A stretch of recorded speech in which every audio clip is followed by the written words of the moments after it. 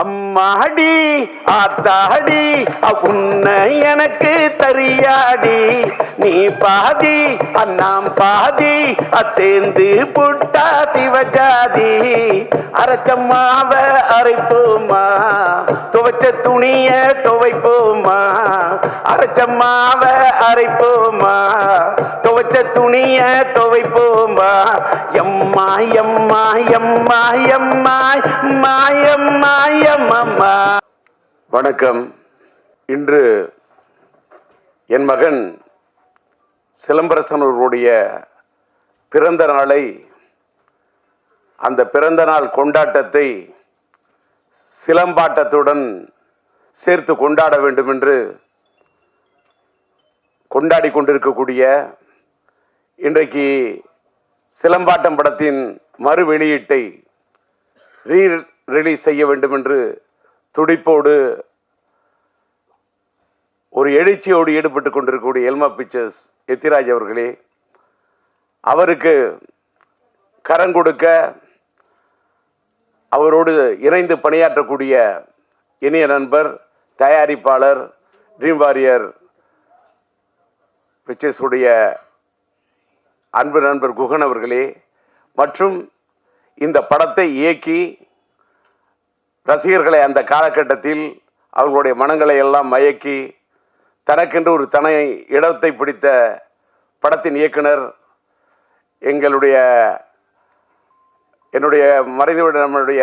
என்னுடைய குடும்ப நண்பர் என்று அவர் சொன்னார், உளுந்தூர்பேட்டை சண்முகம் அவர்களை, கவிஞரை பற்றி. அவர் எங்களுடைய குடும்ப நண்பர், என் மனைவி இல்லத்தை சார்ந்தவர்களுக்கு ரொம்ப நெருங்கிய நண்பர். அவர் வீட்டிலே இருக்கக்கூடிய அவருடைய மகளை நான் என் படத்திலே பாட வைத்திருக்கின்றேன். என்னுடைய மகன் படத்திலே சரவணன் இயக்குனராக பணியாற்றி இவ்வளவு ஒரு பிரம்மாண்டமான படத்தை தந்திருக்கிறார் என்று சொன்னால், அப்படிப்பட்ட சரவணன் இன்றைக்கு இங்கே வந்து மேடையிலே வாழ்த்தி அமைந்திருக்கின்றார்.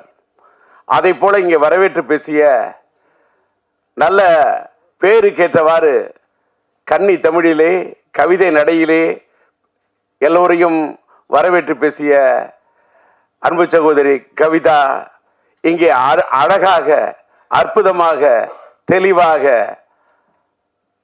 நல்ல உச்சரிப்போடு, உற்சாகத்தோடு தமிழை உச்சரித்த அழகை பார்க்கின்ற போது இன்னும் தமிழ் வாழ்ந்து கொண்டிருக்கிறது என்பதற்கு தமிழ் திரையுலகத்திலே இதை போன்ற சான்றுகள் இருக்கட்டும், இதை போன்ற சாட்சிகள் இருக்கட்டும், இதை போன்ற தடயங்கள் இருக்கட்டும்.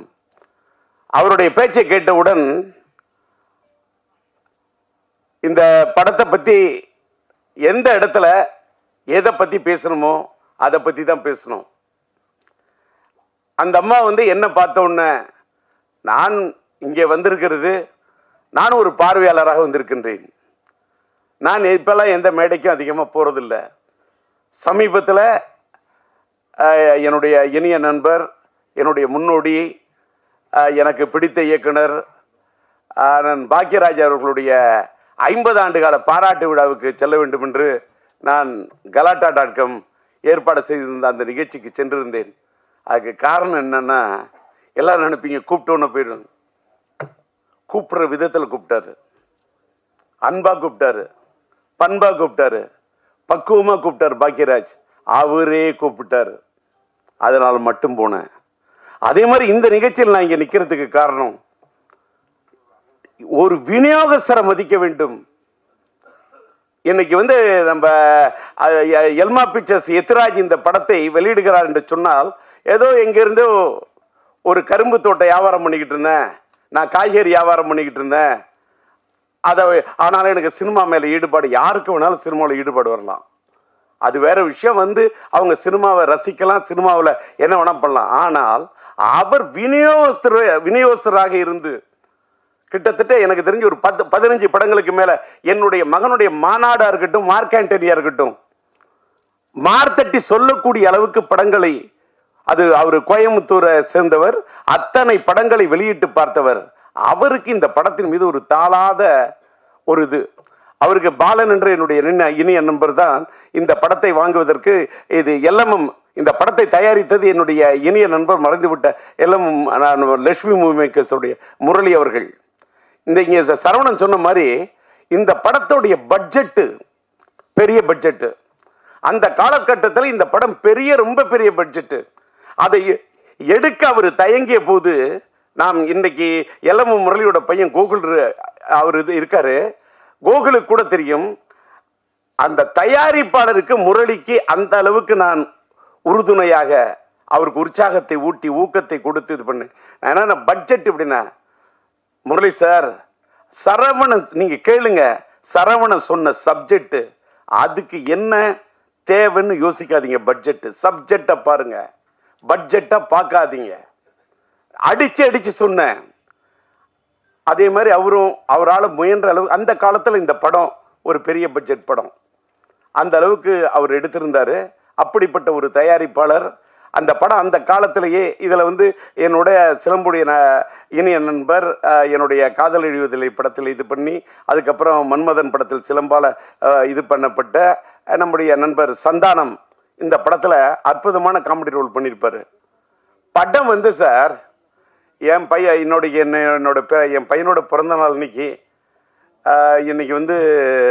அந்த படத்தை பற்றி நான் சொல்கிறத விட இந்த ரீரிலீஸ் காலகட்டத்தில், ரிலீஸ் காலத்தை விட இந்த ரீரிலீஸ் காலம் இது ஒரு மாறுபட்ட காலம். இது ஒரு ஏஐ காலம், இது ஒரு சாட் ஜிபிடி காலம். இன்னைக்கு டிஜிட்டல் வேர்ல்டு. படங்கள்லாம் இன்னைக்கு டிஜிட்டல் அவுட்புட்டில் இன்னைக்கு இருக்கக்கூடிய சவுண்டு எல்லாமே வேற ரேஞ்சு. நான் அதை என்ன சொல்கிறேன்னு சொன்னாக்கா, நான் அப்படி பார்க்குறேன், படத்தை பார்க்குறேன், பிரமிக்க வைக்குது. என் பையங்கிறதெல்லாம் அதெல்லாம் தூக்கி அந்த வைக்கணும். நான் முதல்ல படைப்பாளி அப்படிங்கிறத விட நான் பெரிய ரசிகன். நான் எல்லா படத்தையுமே ரசிப்பேன். நான் பயங்கர கலா ரசிகன், தேட்டரில் போய் படம் பார்க்கக்கூடிய ரசிகன். இந்த படம் நான் தேட்டரில் பார்த்தேன். இங்கே இந்த நம்மளுடைய பிரசாத் இந்த நம்மளுடைய லேப் தேட்டரில் பார்க்கவுள்ளே பிரமிக்க வைக்குது. என்னன்னா, என்ன கலர்ஃபுல் ஃப்ரேமு. நானே பிரம்மாண்டமாக படம் எடுக்கிறவன், பிரம்மாண்டமாக டான்சர்ஸ் போட்டு எடுக்கிறவன். அந்த தமிழன் அந்த பாட்டுக்கு தமிழன்னு சொல்லக்கூடிய அந்த பாட்டுக்கு என்ன கலர்ஸு, என்ன டான்சர்ஸு, என்ன கோரியோகிராஃபி, அதில் என்ன ஆர்ட் டைரக்ஷன், அதில் அவர் ஒவ்வொரு ஃப்ரேமும் அந்த ஃப்ரேம் ஒன்றுத்துலேயும் அது ஜொலிக்குதுன்னா பேசிக்லி அவர் கேமராமேன், அந்த ஒளிப்பதிவாளராக இருந்து தன் உள்ளத்தில் பதிவு செய்த விஷயத்தெல்லாம் படத்தில் எடுத்திருக்காரு. என்னடா இதுன்னா, ஒரு படத்தை பற்றி பேச வந்தா அதை பற்றி பேசணும், அதோட இயக்குனரை பற்றி பேசணும், அந்த படத்தை இன்னைக்கு பெரும் முயற்சி எடுத்து ரிலீஸ் பண்ணக்கூடிய எத்திராஜை பற்றி பேசணும். அதுக்கு இந்த படத்துக்கு உறுதுணையாக இருந்து கரம் கொடுத்துருக்கு. இந்த படத்தில் நடித்தது என் மகன், அவர் இந்த படத்துக்கு உறுதுணையாக இருந்தது தயாரிப்பாளர் குகன். நான் என் மகனையும் பார்க்கின்றேன், குகனையும் பார்க்கின்றேன். இன்னொன்று, இந்த படத்தில் நடித்த ஆர்டிஸ்ட் அத்தனை பேருமே, சந்தானமாக இருக்கட்டும், சந்தானம் எஸ், சரவணன் டைரக்டர் எஸ், சிறும்புவோடு அந்த தமிழ் கதாபாத்திரத்தில் உயிர் கொடுத்து நடிச்சிருப்பாங்க அந்த அம்மா ஸ்னேகா, அது எஸ். சிலம்பரசனும் ஸ்னேகாவும் அந்த மச்சான் மச்சான் பாட்டு இருக்கு பாருங்க, என்ன மச்சான் பாட்டு, ஒரே ஒரு பாட்டு, தச்சான் மனச தச்சான்னு சொல்லக்கூடிய நான் முத்துக்குமார் எழுதின அந்த பாட்டு, அவங்க ரெண்டு பேரும் வரக்கூடிய அந்த பாட்டு அவ்வளவு பிரம்மாண்டம் எடுத்திருப்பாரு. அப்படியே சும்மா அந்த அவுட்டோர்ல அந்த பாட்டோடைய அந்த பாட்டை எடுக்கிறதுக்கு என்ன சரவணன் முயற்சி பண்ணிட்டு இருப்பாரு. எல்எம் முரளி சொன்னப்ப அந்த பாட்டு படத்தில் அவ்வளோ லவ்லியா இருக்கும். அது அந்த இளையராஜா அண்ணன் பாடியிருப்பாரு. அந்த பாட்டை அந்த ரெண்டு பேரையும், சிலம்பரசன் ஸ்னேகா ரெண்டு பேரையும் பார்த்தாக்கா, சிலம்பரசன் ஒரு எஸ், ஸ்னேகா அந்த அம்மாவுக்கு ஒரு இனிஷியல் எஸ், இந்த எஸ்ஸும் சேர்ந்தா டபுள் எஸ், அதாவது எஸ்எஸ். அதாவது நம்ம எஸ்எஸ்ன்னு சொன்னா ஸ்டெயின்லெஸ் ஸ்டீல்னு சொல்லுவோம்ல, அதை தான் எஸ்எஸ்ன்னு சொல்லுவோம். அத மாதிரி எவர் கிரீன் ஸ்டெயின்லெஸ் ஸ்டீல் மட்டும் இல்லை, அது ஒரு stainless steel plus A feel. என்ன லவ், என்ன ரொமான்டிக், என்ன யதார்த்தமா இருக்கும் தெரியுமா அந்த பாட்டு. நான் முத்துக்குமார் அப்படியே அந்த பாட்டை அப்படி திட்டிருப்பாரு. அப்புறமா தமிழன் பாட்டுக்கு நம்முடைய மறைந்து விட்ட அண்ணன் வாலி அந்த பாட்டை அப்படியே அற்புதமா திட்டிருப்பாரு. எல்லாத்தை விட அந்த காலத்துல எல்லா பப்ளியும் எல்லா யூத்தும் கொண்டாடின பாட்டு தான் அந்த வேர் இஸ் த பார்ட்டி. அந்த பாட்டு படமாக்கப்பட்டது டிஆர் சிம்பு கார்டன்ல எங்க தோட்டத்தில் தான் எடுத்தாங்க. சரவணனுக்கு தெரியும். இன்னைக்கு டிஆர் கார்டன், சிம்பு கார்டன் அன்னைக்கு சிலம்பாட்டம் எடுத்த காலத்து கட்டத்தை கூட இன்னைக்கு வேற கட்டத்தில் மாறி இருக்கு. இது என்னன்னா, அந்த அளவுக்கு இந்த படத்தை ஒரு நல்ல நேர்த்தியாக எடுக்கப்பட்ட படம் இன்னைக்கு ரீரிலீஸ் பண்ணா, இது ரீரிலீஸுக்கு ஒரு ஆப்டான படம் என்பதை எல்மா பிக்சர்ஸுக்கு சொல்றேன். ஏன்னா இன்னைக்கு சமீபத்தில் வந்த படங்கள்ல லவ் ஸ்டோரிஸ் பயங்கரமா ப்ரூவ் பண்ணுது அப்படின்றது ஒத்துக்கிட்டாங்க. அத்தனை படங்கள் வாரணமாயிரமா இருக்கட்டும், நான் உதாரணம் எத்தனையோ சொல்லலாம். என்னுடைய பையனுடைய வாழ்க்கையில என்னையே கீழே தள்ளக்கூடிய அளவுக்கு மனசுல யோசிக்க வச்ச படம் லவ் ஸ்டோரியில. நானே ஒரு தலை ராகம் கொடுத்தவன், ரயில் பயணங்கள் கொடுத்தவன், கிளிஞ்சல் மியூசிக் பண்ணவன், மைதிலி காதல் எடுத்தவன், உயிருள்ள எடுத்தவன். இன்னைக்கு உயிருள்ள கூட ரீரிலீஸ் பண்றேன். That is different. எத்தனையோ லவ் ஸ்டோரி கொடுத்துருக்கேன், பூக்களை பதிக்காதல் மியூசிக் பண்ணியிருக்கேன். ஆனா என்னையே என் வாழ்நாளிலேயே என்னையே திகைக்க வச்சு ரசிக்க வச்ச ஒரு பெரிய லவ் ஸ்டோரி விண்ணை தாண்டி வருவாயா. இன்னைக்கு லவ் ஸ்டோரிக்கு இன்னைக்கு இல்லை சார், டி ராஜேந்தர் இல்ல, இன்னைக்கு இல்ல. அது கல்யாண பரிசு காலமா இருந்தாலும் சரி, தேவதாஸ் காலமா இருந்தாலும் சரி, வசந்த மாளிகை காலமா இருந்தாலும் சரி, மறைந்து விட்ட மக்கள் திலகம் அவர்களுடைய அன்பேவா காலமானாலும் சரி, லவ் ஸ்டோரி தான். அதை ஒண்ணுமே ரீப்ளேஸ் பண்ணவே முடியாது. அது அன்னைக்கு இல்லைனாலும் அது ஒரு லேண்ட்மார்க் தான். அப்படி ஒரு விண்ணை தாண்டி வருவாய், அப்படி ஒரு லவ் ஸ்டோரி அது. ஆனா ஆக்ஷன் படமும் ரீரிலீஸ்ல நிக்குங்கிறத ப்ரூவ் பண்ணது நம்முடைய அல்டிமேட் ஸ்டார் அஜித்தோட மங்காத்தா ரீரிலீஸ்யா. அது கூட அத்தனை புது படத்தை விடுறாங்க, நிக்கலையே, புது படங்கள் விக்கலையே. என்ன காரணம்? கரெக்டா புரிஞ்சுக்கிட்ட ராஜா.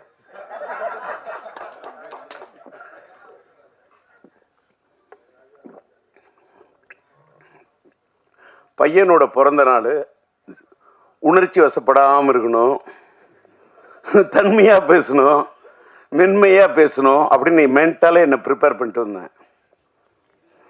அந்த எதுக்கு சொல்கிறேன்னா, உணர்ச்சி ஏன் வசப்படுறேன்னு சொல்லிட்டாக்கா, அன்னைக்கு சாதிச்ச அந்த சாதனையை இன்னைக்கு சாதிக்கிறதுக்கு முயற்சி பண்ணுங்கிறதுக்காக தான் ரீரிலீஸ்லாம். பாருங்க, ஒரு தடவை ஒன்றும் இல்லை, அங்கே இந்த பேனரோட சைஸ் சின்ன அடிச்சிருக்காரு, 10க்கு 25. அவரு தான் இந்த ஃப்ரேமிங் தூக்கி நிற்கிற. அதாவது பார்த்தா கிட்ட போய் அந்த ஒரு போட்டோ பார்த்தா அப்படியே என் பையன் தான். அந்த என்ன என்ன என்ன அந்த என்ன கலர் சேச்சுரேட், என்ன பியூட்டிஃபுல்லா, என்ன பிக்சல் ரேட்டு, அப்படியே நேரில் பார்க்கறது மாதிரி ஒரு கலைஞன்.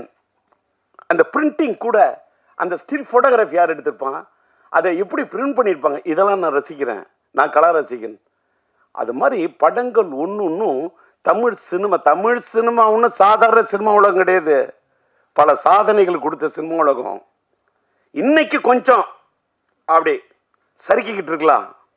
ஒரு காலகட்டம் சறுக்கணும், ஒரு காலகட்டம் சரித்திரத்தை ஏற்படுத்தும். அப்படிப்பட்ட ஒரு சரித்திரத்தை இந்த படம் ஏற்படுத்த வேண்டும் என்று விரும்பி கேட்டுக்கொண்டு, இன்னைக்கு ஒரு பெரிய ஒரு விஷயத்த சொல்லணும்னா, எனக்கு கொஞ்சம் அப்படியே கணச்சிக்கிட்டு அப்படி பேச ஆரம்பிச்சேன்னு தொண்டை வரல்ற மாதிரி இருக்குன்னு சொன்னோன்னே, நான் என்ன பேசிக்கிட்டே இருந்தேன். நான் ஒரு பக்கம் வறண்ட தொண்டையை பார்ப்பேனா, திரண்ட இந்த கூட்டத்தை பார்ப்பேனா. ஏன்னா இந்த காலை நேரத்திலும் திரண்ட இந்த கூட்டத்தை பார்க்கின்ற போது வறண்ட தொண்டையை பத்தி கவலைப்படவே இல்லை. கரை புரண்டு வரக்கூடிய அந்த தமிழை மட்டுமே பார்க்கிறேன், அந்த வார்த்தையை மட்டுமே பார்க்கிறேன். சார் அவர் சொன்னார் பாருங்க சார், காலத்துக்கும் வாலி என்ன எழுதின தமிழனை பத்தி ஒரு தமிழை பத்தி ஒரு பாட்டு. இந்த பாட்டு படத்துல கேரக்டர் செக்ஷன் பேரே தமிழியா. அதுக்கு என்ன காரணம்? உளுந்தூர்பேட்டை சண்முகம் பையனுக்கு பச்ச பேரு சரவணன். சிலம்பரசன் நடிச்ச படம் சரவணன். டிஆர் டைரக்ட் பண்ண படம் எங்க வீட்டு வேலை நடிச்சது. அந்த காலத்துல நம்மளுடைய இளைய தளபதி விஜய் அவர்களோட படத்துல கலக்கன சங்கீதாமா இருக்காங்களே, அவங்க என்னுடைய எங்க வீட்டு வேலன் படத்துல சிலம்பரசனுடைய அந்த காலத்து படத்தில் நடிச்சவங்க. அந்த அப்படிப்பட்ட சரவணன் குடும்ப நண்பர், அந்த தமிழ் பெயர், அவங்க அப்பாவோட பேர் உளுந்தூர்பேட்டை சண்முகம். என்ன முருகனை பத்தி எத்தனை பாட்டு, என்ன நயம், என்ன கலைநயம், என்ன கவிநயம்! அப்படி எழுதினவரோட பையனுடைய படைப்பு. படத்துக்கு தலைப்பு வைக்கணும்னா தமிழ், அங்க கதாநாயகன் பேர் தமிழியா, படத்தோட டைட்டில் சிலம்பாட்டையா. என் பையனுக்கு நான் வச்ச பேர் சிலம்பரசன். அதை அழகா எடுத்து சொன்னது. எனக்கு பிடித்த ஒரு பெரிய 50 காப்பியங்கள் சிலப்பதிகாரம். எனக்கு பிடிச்சது அந்த இளங்கோவன். என்னால வாழ்க்கையில் இளங்கோவனம் வாழ்க்கையில் வாட முடியாது. இளங்கோவன் படைத்தது அந்த சிலம்பு. இந்த ராஜேந்திரன் கண்டெடுத்தது இந்த சிலம்பு. எனக்கு கிடைச்ச ஒரே சிலம்பு இந்த சிலம்பு தான். அவன் கால் சிலம்பை வைத்துக் கொண்டு விளையாடினான், நான் என் கையில் கிடைத்த சிலம்பை வைத்துக் கொண்டு விளையாடினேன். அப்படிப்பட்ட என் மகனுக்கு சிலம்பரசன் என்று பெயரை வைத்து, அந்த சிம்பு என்ற பெயர் கூட சிலப்பதிகாரத்தின் அடுத்த இதுன்னு யாருக்கும் தெரியாது. ஏதோ சிலம்பரசனை சுருக்கி சிம்புனோ, அதையும் தமிழோட தான் கூப்பிடுவேன். என் பையனை சிலம்புன்னு கூப்பிடக்குள்ளேயே என்னமோ அரும்பு பூக்கிற மாதிரி இருக்கும். அப்படியே தை மாசத்து கரும்பு தோட்டத்தையே கடிச்சு சாப்பிட சிலம்பு, அப்படி கரும்பு சாப்பிடுற மாதிரி சிலம்புன்னு அப்படி தமிழை சொல்லி சொல்லி வளர்த்தவன் சார். அதாவது எல்லாரும் எத்திராஜிங்க, எல்லாரும் பையனை பொத்தி பொத்தி வளர்ப்பாங்க. நான் என் பையனை பொத்தி பொத்தி வளர்த்ததே இல்லை. எத்துவேன், ஃபைட்டு, போடா வாங்கடா குத்து, அடுறா, ட்ரம் அடிக்கணும் அடிக்கணும், ட்ரம் அடிக்கணும், பீட்டோட அடிக்கணும்.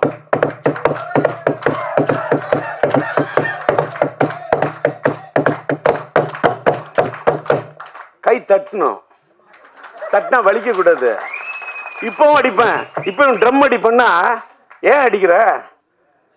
ட்ரம்மு தான் அடிப்பேன், தம் அடிக்க மாட்டேன். டம் அடிக்காம இருந்ததுனால தான் டம் பிடிச்சு நின்று பேசுறேன். வெளியில சில யூடியூப்ல டிஆரால அவர் பேச முடியாது, அவருக்கு முடியல, அதெல்லாம் சும்மா பேசுறேன்ல. இப்பவும் பேசுறேன்ல. அன்னைக்கு பார்த்திபன் சொன்னாரு கலாட்டா.comல, சில பேர் பேசுனா மைக்கை பார்த்தா பயம் வரும், ஆனா டிஆர் பார்த்தா மைக்குக்கே பயம் வரும்னாரு. டிஆரை பார்த்தா மைக்குக்கு பயம் இல்ல, டிஆரை பார்த்தா மைக்குக்கே ஒரு மயக்கம். மைக்குன்னா எனக்கு பிடிக்கும், மைக்குக்கு என்ன பிடிக்கும்.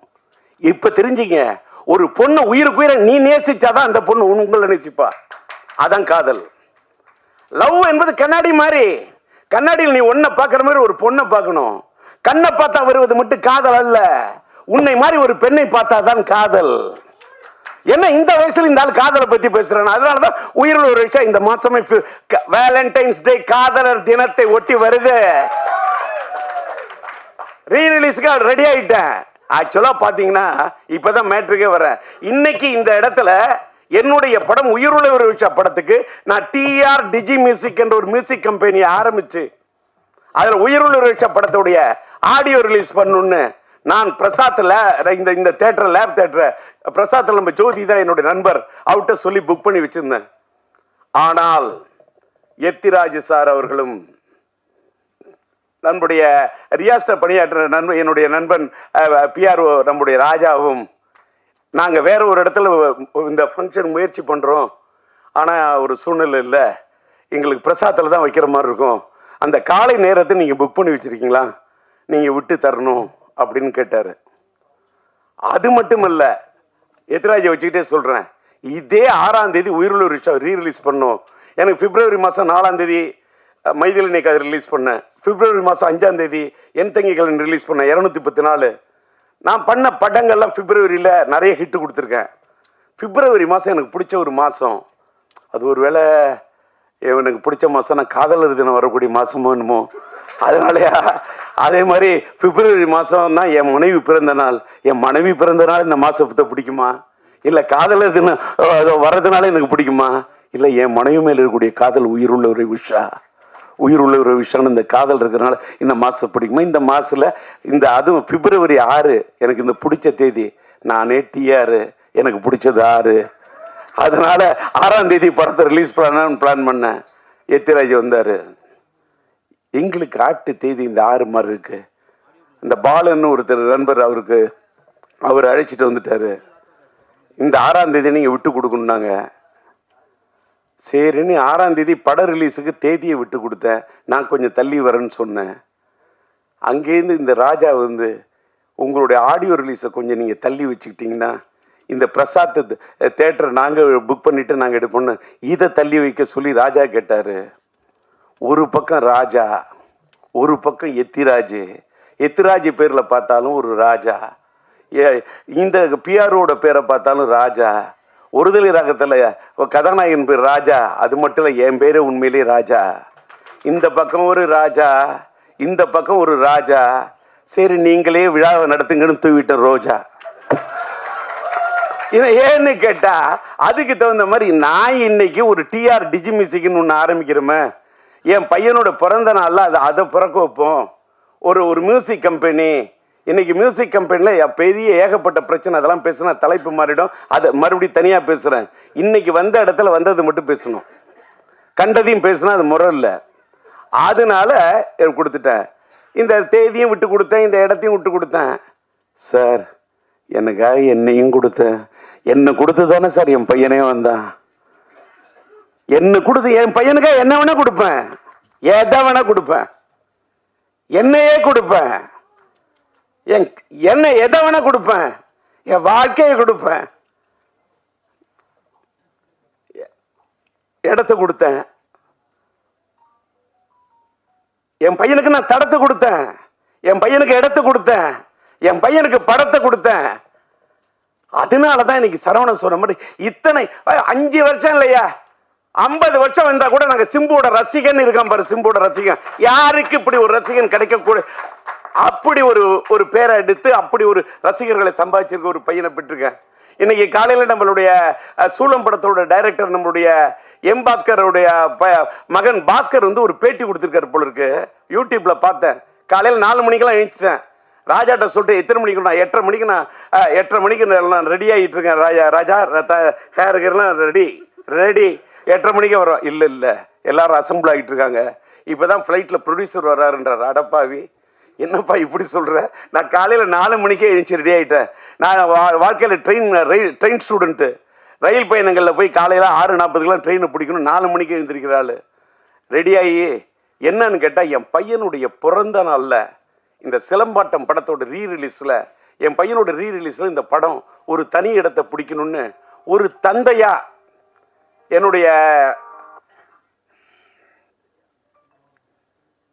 என்னுடைய ஆர்வம். அதுக்காக எனக்கு என்ன கேட்டால் நான் விட்டு கொடுத்ததுக்காக இது பண்ணல. நான் என் பையனுக்காக தள்ளி வரேன், என் பையனுக்காக தள்ளி வராமல் நான் யாருக்காக தள்ளி வருவேன்? அது மட்டும் இல்லை, இதே மாதத்தில் ஒரு வேலை நம்மளுடைய என்னுடைய இனிய நண்பர் நம்முடைய இளைய தளபதி விஜய் அவர்களுடைய ஜனநாயகன் வருதுன்னா கூட என் படம் உயிரோட விஷயம் நான் தள்ளி போவேன்.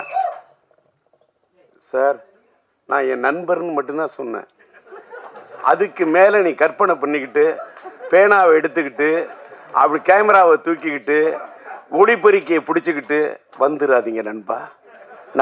நண்பராக பார்க்குறேன், அவரு என் கலை உலக நண்பர், நான் புளியிலேயே போய் புடின்னு பிடிச்சாள், அதனால் விட்டுருங்க. அதனால் இன்னைக்கு பேசுனதில் ஏதாவது ஒரு கிளி பேசுனதில் வந்து வந்தாரு டிஆர்னா எல்மாவை பற்றி பேசுகிறாரு, ஏதாவது ஒரு கில்மாவாக பேச மாட்டாரா அப்படின்னு உங்களுக்கு ஒரு எண்ணம் வரக்கூடாதுல்ல. அதுக்காக தான் இதெல்லாம் பற்றி எல்மாவை பற்றியும் பேசுவேன், சினிமாவை பற்றியும் பேசுவேன், இப்படி கிளிகிழிப்பாக கொஞ்சம் கில்மாவும் பேசுவேன். அதான் டிஆர். அதனால் இன்னைக்கு காலையில் நான் பேச வந்தது என்னன்னு கேட்டால், பாஸ்கர் பேசுனதை பார்த்த உடனே சார் ரொம்ப சந்தோஷமாயிடுச்சு. என்னன்னா பாஸ்கர் சொல்கிறாரு, என்னுடைய மீடியா நண்பர்கள் இன்னும் நிறைய பேர் இருக்காங்க. ஆனால் இதை வச்சுக்க, இந்த ஃபோனை அது ஃப்ளைட் மோடில் போட்டுக்கணும், மறந்துட்டேன். ஃப்ளைட்டில் என்ன ஃப்ளைட் மோடு போடலாம். அவர் கல்ல பேசுகிறாரு. என்னன்னு கேட்டால், டிஆர் வந்து அந்த காலத்தில் என்னோட பழைய டி ராஜேந்திரன் உஷா பத்திரிகையில் பணியாற்ற நண்பர்களாக இருக்காங்க. அவங்க பல பேர் சொன்னதை வச்சு அவர் ஒன்று சொல்கிறாரு. டிஆர் அவரோட படத்தை பிஎன்சி ஓட்டு வரான், தேட்டருக்காரங்க வந்து ஐயா நாங்கள் இதில் ஓட்டிக்கிறோம் சம்பாதிக்கிறோன்னா 25,000 10,000 என்ன கேட்குறவங்களோ பிஎன்சிக்கு பொட்டியை தூக்கி கொடுத்துட்டு அந்த டிஆருக்கு அந்த பொட்டியை கொடுத்த பணத்தை வாங்கிட்டு அதை எடுத்துகிட்டு மேலே கூட போக மாட்டார். யார் வந்தாலும் அந்த தன்னுடைய உன் வீட்டில் உடம்பு சரி, அவர் பேசுனது அப்படியே சொல்கிறார், உன் வீட்டில் உடம்பு சரியில்லையா இந்த வச்சுக்க, உனக்கு இது உன் புள்ள படிக்கணுமா வச்சுக்க அப்படின்னு பணத்தை கொடுப்பாரு அப்படின்னு அவர் சொன்னார். அவர் அதை சொல்லிட்டு அதே மாதிரி தான் அவரோட பையன் சிலம்பரசன்னு ஒன்று சொன்னார். அங்கே தான் சார் நான் சந்தோஷப்பட்டேன். இன்ற போதும் பெரிதுவக்கும் அன்னை தன் மகன் சான்றோன்னு என கேட்ட தாய். என் பையன் அப்படி நடிப்பான், என் பையன் இப்படி நடிப்பான், என் பையன் அப்படி திறமை உள்ளவன், அதில் எல்லாம் எனக்கு இல்லை சார். அவர் சொன்னார்ல, யாராருக்கு எத்தனை பேருக்கு மருத்துவ உதவி பண்ணுவான் அந்த பையன் சிலம்பரசன். ஆனால் வெளியில் பெரிய பெரிய பத்திரிகையாளர்களுக்கு மீடியா கொடுத்தா கூட வெளியில் தெரியாமல் உதவி பண்ணுவான்னு சொன்னார் பாருங்க. அந்த வார்த்தை என்னை ரொம்ப காலையில் ரொம்ப டச் பண்ணுச்சு. ஏன்னு கேட்டாக்கா, இன்னைக்கு நான் இன்னைக்கு பாராட்ட வந்த படம் என்ன படம், இன்னைக்கு சிலம்பாட்டத்துக்கு வந்திருக்கேன். என்ன இந்த சிலம்பாட்டம் அப்படின்னு சொல்லக்குள்ள காலையில பாக்குறேன், என் பையன் சிலம்ப பத்தி அவர் பேசுறாரு. அவரு ஒரு திரையுலகத்தில் அவங்க அப்பா ஒரு சாதிச்ச ஒரு பெரிய ஒரு இயக்குனர், நம்மளுடைய சூப்பர் ஸ்டார் ரஜினி அவர்களையே ஒரு கதாநாயகனை உருவாக்கக்கூடிய ஒரு படத்தை உருவாக்கிய ஒரு இயக்குனர் அவங்க அப்பா. சாதாரண இயக்குனர்லாம் கிடையாது. ரஜினி சார் இல்லை என்று சொன்னாலும் அன்பு அண்ணன் சிவகுமார சாரை வச்சு கூட வெற்றி படங்களை கொடுக்கக்கூடிய திறமைசாலி அவங்க அப்பா, என்னுடைய இனிய நண்பர். அவரு என் பையனை பத்தி சொன்னது எதற்காக சொல்லுகிறேன், நாம் வாழும் போது எதை சாதிக்கிறோம் என்று சொன்னால் நாம் பதிக்கக்கூடிய தடம் தான். நான் சம்பாதிச்சதுல பாதிக்கு மேல பண்ணிருக்க தர்மம். இது நீங்க பத்திரிகையில போடணும், மீடியாவில் போடணும், என்ன வெளியே லைம்லைட்ல, அதெல்லாம் எனக்கு எதுவுமே தேவையில்லை. இன்னைக்கு நான் போய் அமெரிக்காவில் போய் ட்ரீட்மெண்ட் எடுத்துட்டு இன்னைக்கு மேய்க்க பிடிச்சா பேசுறேன்னா அதுக்கு காரணம் நான் பண்ண தர்மம், நான் சேர்த்து வச்ச புண்ணியம். போகும்போது எதை எடுத்துட்டு போக முடியும்? எதையும் எடுத்துட்டு போக முடியாது. புண்ணியத்தை மட்டும்தான் எடுத்துட்டு போக முடியும். அந்த புண்ணியத்தை சேர்க்க வேண்டும் என்பதை தான் சார் என் பையனுக்கு நான் கற்றுக் கொடுத்தேன். நான் சின்ன வயசுல இந்த தியேட்டருக்காரங்கிட்ட வாங்கின பணத்தை எல்லாருக்கும் அள்ளி கொடுக்கறத பார்க்க உள்ள ஒரு நாள் என் பையன் வந்தான், சிம்பு. சிலம்பாட்டத்தை பத்தி பேசுறேன். சிம்பு வந்தான், அப்பா எல்லாருக்கும் பணம் கொடுக்குற, எனக்கு கொஞ்சம் தருவியா? அந்த பையன் நிறைய பணம் இருக்கு, எனக்கு வேணும்னா. எடுத்துக்கோ, உனக்கு என்ன வேணும்? சாக்லேட் வேணுமா? சாக்லேட் வேணும், சாக்லேட் வாங்க போற? இல்லை, நான் கொடுக்க போறேன்னா. யாருக்குன்னு கேட்டேன். நீங்க எல்லாருக்கும் கொடுத்தீங்களே, அது மாதிரி நான் கொடுக்கணும்னா. அந்த பணத்தை நான் உடைய உள்ள போய் உட்காந்துட்டு சரி நீ கொடுப்பான்னு சொல்லிட்டு போயிட்டு அந்த கதவை திறந்து வச்சுட்டு பார்க்குறேன் சார். இது கற்பனை அல்ல சார். ஒவ்வொருத்தரும் தான் வச்சுக்க, பணம் என்றது கூட இல்லை. அப்படியே அந்த கட்டா இருக்கிற பணத்தை எடுத்து எடுத்து கொடுத்துக்கிட்டே இருக்கான். அப்படியே கண்ணு அப்படியே தாரே ஒடிஞ்சிச்சு sir. I am little star, ஆவே நான் சூப்பர் ஸ்டார் பாட்டில் இருப்பேன். என் தந்தை போல நானும் பேரெடுப்பேன், எல்லோரின் மனதிலும் இதயத்திலும் இடம் பிடிப்பேன்னு சொன்ன, வள்ளலாய் வாழ்வேன்னு வாரி வாரி கொடுப்பேன், வள்ளலாய் வாழ்வேன்னு அவனுக்கு ஷார்ட் வச்சு எடுத்திருப்பேன். அப்படி ஒரு பையனா என் பையன் இருக்கிறான்னு சொன்னா, என் பையனுக்கு நான் சொல்லி கொடுத்தேன் சார், வளர்த்தேன். எப்படின்னு கேட்டாக்கா, சில விஷயத்தை பார்த்தா கல்வி தந்தை நீ யார மாதிரி இருக்கணும் அப்படின்னு ஒண்ணுன்னா சொல்லுவேன். நீ கல்வி கொடுத்த அந்த எளிமையின் சின்னம் என்று சொன்னார். நீ கல்வி தந்தை, கல்வியை அள்ளி கொடுத்த நம்முடைய யார மாதிரி இருக்கணும்? நீ இருக்க வேண்டும் காமராஜர் ஆட்டம். அதே போல கன்னி தமிழ் என்று சொன்னால் அந்த எழுதுகோலை பிடித்தால் நீ இருக்க வேண்டும் கலைஞர் ஆட்டம். அதை போல அள்ளி குடிப்பதிலே நீ இருக்க வேண்டும் மக்கள் திலகம் எம்ஜிஆர் ஆட்டம். அடுத்தவர்களுக்கு உதவி செய்வதில் நீ இருக்க வேண்டும் நம்முடைய கேப்டன் ஆட்டம். அதை போல நீ ஸ்டைல் என்று சொன்னால் அந்த நடிப்பில் இருக்க வேண்டும் சூப்பர் ஸ்டார் ரஜினி ஆட்டம். கலையான நடிப்பு என்றால் நீ இருக்க வேண்டும் நம்முடைய கமலாட்டம்.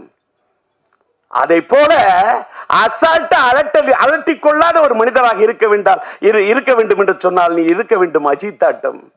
அதை போல தளராத முயற்சியோடு இருக்க வேண்டும் என்று சொன்னால் நீ இருக்க வேண்டும் இளைய தளபதி விஜய் ஆட்டம். அதை போல நீ வாழ்க்கையிலே அள்ளி கொடுப்பதில் இருக்க வேண்டும் கர்ணனாட்டம். நீ வாழ வேண்டும் வள்ளலாட்டம், நீ வாழ வேண்டும் வள்ளலாராட்டம் என்று இப்படி என் பகையனுக்கு சொல்லிக் கொடுத்தேன். பல ஆட்டம் ஊரிலே நான் பார்த்ததுண்டு, பல ஆட்டம். மானாட்டம், மயிலாட்டம், குயிலாட்டம், கரகாட்டம், சிலம்பாட்டம் என்று பார்த்ததுண்டு, பல ஆட்டம். என்னாலும் ஆட முடியும் பல ஆட்டம். ஆனால் என்னால் ஆட முடியுமா என் மகன் சிலம்பாட்டம்? முடியாது. அப்படி ஆடி இருக்கிறான் சிலம்பாட்டம். அப்படி ஆடி படம் தான் சிலம்பாட்டம்.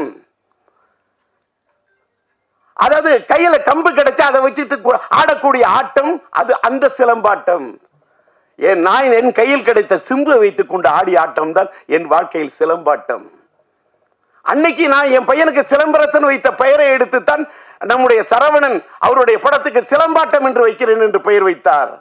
இன்றைக்கு பார்த்தால் அவருக்கு சிலம்பரசன் என்று பெயர் வைத்தேன். சிலம்பரசன் என்ற பெயரில் சிலம்பை எடுத்தார் சரவணன். இன்றைக்கு வெற்றி பட இயக்குனர் வெற்றிமாறன் அவர்கள் சிலம்பரசன் என்பதிலிருந்து நம்முடைய கலைப்புலி தானி தயாரிக்கும் அந்த படத்துக்கு அரசன் என்று பெயர் வைத்திருக்கின்றார்.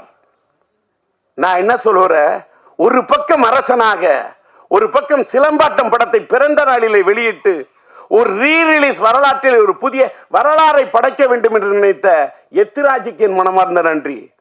இயக்குனர் சரவணனுக்கு என்னுடைய மனமார்ந்த நன்றி. தயாரிப்பாளர் நம்முடைய குகன் சாரு அவர்களுக்கு என்னுடைய மனமார்ந்த நன்றி. LMM பிக்சர்ஸ் அவர்களுடைய தயாரிப்பாளர் நம்முடைய கோகுல் அவருக்கு எனக்கு மனமார்ந்த நன்றி. இந்த காலை நேரத்திலும் கூட இவ்வளவு சீக்கிரமாக நம்முடைய ராஜா அழைத்த அழைப்பை ஏற்று இந்த சிலம்பாட்டம் படத்தின் இந்த சிறப்பு காட்சியை இன்றைக்கு இந்த காட்சியை மகிமைப்படுத்திய மீடியாவை சேர்ந்த உங்கள் அத்தனை பேருக்கும் என்னுடைய நன்றி. இதுக்கு மேல எனக்கு வார்த்தையே இல்லை. எல்லாத்துக்கும் மேல உங்களை எல்லாம் பார்த்ததுல ரொம்ப மன நிறைவோட போறேன். வீட்டுக்கு புறப்பட்டு போறேன். வீட்டுக்கு போய் என் பையனோட பிறந்த தினத்துக்காக, ஏன்னு கேட்டா இதே இடத்துல இன்னும் ஒரு சில தினங்கள்ல உயிருள்ள படத்தை ரீரிலீஸுக்கு ஆடியோ ரிலீஸுக்கு வருவேன். அப்பயும் நான் உங்களை சந்திப்பேன். இன்னைக்கு நான் தள்ளி போறது என் பையனுக்காக தான். ஒரு வேளை நான் தள்ளி போனாலும் லேட் ஆனாலும் லேட்டஸ்டா வந்துடுவேன். உயிருள்ள படத்தை டிஜிட்டலா பண்ணியிருக்கேன். பயங்கரமா ஒரு 38 நாள் மியூசிக்கலை ரீமிக்ஸ் பண்ணி 4K ரெசல்யூஷன்ல ரொம்ப கஷ்டப்பட்டு கொண்டாடுறேன். அதுக்கு உங்களோட ஆதரவு இருக்கணும். ரசிகர்களோட ஆதரவு, உங்க ஆதரவு கிடைச்சாதான் ரசிகர்களோட ஆதரவு கிடைக்கும். அதற்கு இந்த மேடை இன்னைக்கு உங்களை அழைப்பதற்கு ஒரு இதா இருக்கு. இந்த நிகழ்ச்சியை முடிச்சுட்டு என் வீட்டுக்கு சென்று கிட்டத்தட்ட என்னுடைய பையனுடைய சிலம்பரசனுடைய பிறந்த தினத்தை ஆத்ம அறக்கட்டளையின் சார்பாகவும் அகில இந்திய STR ரசிகர் மன்றத்தின் சார்பாகவும் என்னுடைய ஹிந்தி பிரச்சார சபா இல்லத்துக்கு அருகாமையிலே கிட்டத்தட்ட ஒரு 1000 பேருக்கு அன்னதானம் வழங்க அங்கேதான் சென்று கொண்டிருக்கின்றேன்.